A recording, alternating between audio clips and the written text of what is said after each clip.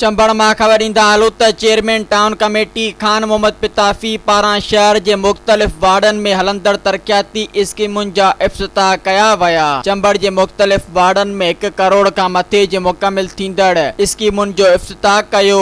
शहर जे हलंदड़ तरक्याती स्कीमुनि में public park, drainage system, paver block जी घटिन जो इफ्तिताह कयो। चेयरमैन खान मोहम्मद पताफी जो चवण आहे त चंबड़ जे शहरनि जी तफ़रीह गाह लाइ पब्लिक पार्क मुंहिंजी पहिरीं तरजीह आहे। काफ़ी अरसे खां चंबड़ शहर लाइ ड्रेनेज जो सिस्टम गैर फाल बणियल हो, जंहिंखे फौरी तौर ते अपग्रेड कयो वियो आहे। जल्दी वधीक तरक्याती कमनि जो ॼार विछाए मिसाली टाउन कमेटी बणाइण जी भरपूर कोशिश कबी। इन मौके ते इफ्तिताह दौरान wise chairman, town officer, junior town officer, चूंडियल काउंसलर ऐं ॿिया गॾु हुआ।